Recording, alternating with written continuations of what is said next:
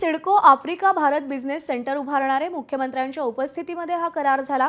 भारत आणि आफ्रिका देशांमधील व्यापार, गुंतवणूक आणि सांस्कृतिक संबंधांना बळकटी देण्यासाठी खारमधल्या आंतरराष्ट्रीय कॉर्पोरेट पार्कमध्ये या बिझनेस सेंटरसाठी 20 एकर जागा राखीव ठेवण्यात येणार आहे।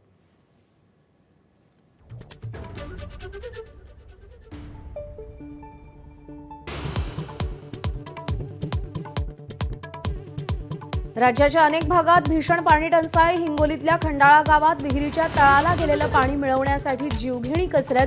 पाण्याचा प्रत्येक थेंब अनमोल बनलाय। राज्यात ठिकठिकाणी इंधनाचा तुटवडा। वाशिममध्ये चौथ्या दिवशी डिझेलचा ठणठणाट, तर हिंगोलीतही डिझेलसाठी कॅन घेऊन शेतकऱ्यांच्या पंपावर रांगा। कांद्याला हमीभाव मिळावा यासाठी लासलगावमध्ये शेतकऱ्यांचा एल्गार। रोहित पवार, भास्कर भगरेंच्या नेतृत्वात आंदोलन। उत्पादन खर्चही निघत नसल्यानं कांदा उत्पादक हतबल। ठाणे महापालिकेतील खडाजंगीनंतर रवींद्र चव्हाणांनी भाजप नगरसेवकांची बैठक घेतली।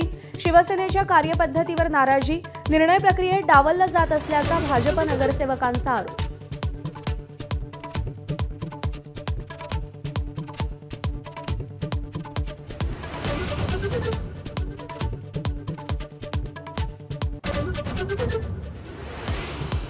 राष्ट्रवादीत सुनेत्रा पवारांच्या बदलत्या भूमिकांवरून पक्षात चर्चांना उधाण।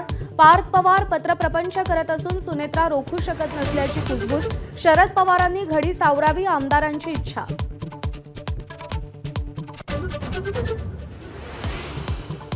केरळमध्ये 10 वर्षांनंतर काँग्रेसची सत्ता स्थापन होणार। व्ही डी सतीशन आज 20 मंत्र्यांसोबत मुख्यमंत्रीपदाची शपथ घेणार। काँग्रेसचे 11 तर आययूएमएलचे 5 मंत्री शपथबद्ध होणार।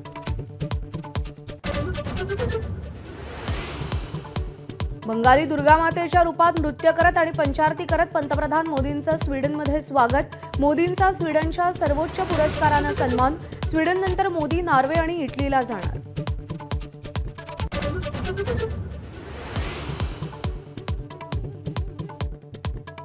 अमेरिका इराणमध्ये शांती करार झाला नाही तर वाईट परिणाम होतील। डोनाल्ड ट्रम्प यांची पुन्हा एकदा धमकी। इराणच्या ड्रोनवरील हल्ल्याचा एआय व्हिडिओ जारी। अमेरिकेच्या नौदलाच्या 2 लढाऊ विमानांची हवेतच टक्कर। विमानातल्या चौघांनी पॅराशूट उघडून स्वतःचे प्राण वाचवले। एअर शो दरम्यान अपघात झाला।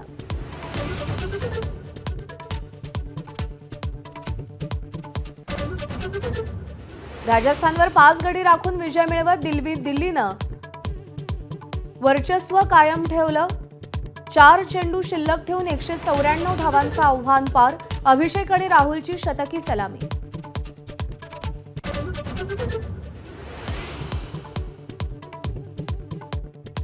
सोलापूरचा महेंद्र गायकवाड 52व्या हिंदकेसरी स्पर्धेचा मानकरी ठरला। हाताच्या दुखापतीनंतर पृथ्वीराज मोहोळची सामन्यातून माघार, तर हरियाणाच्या काजल डोचकने महिला हिंदकेसरीचा किताब पटकावला।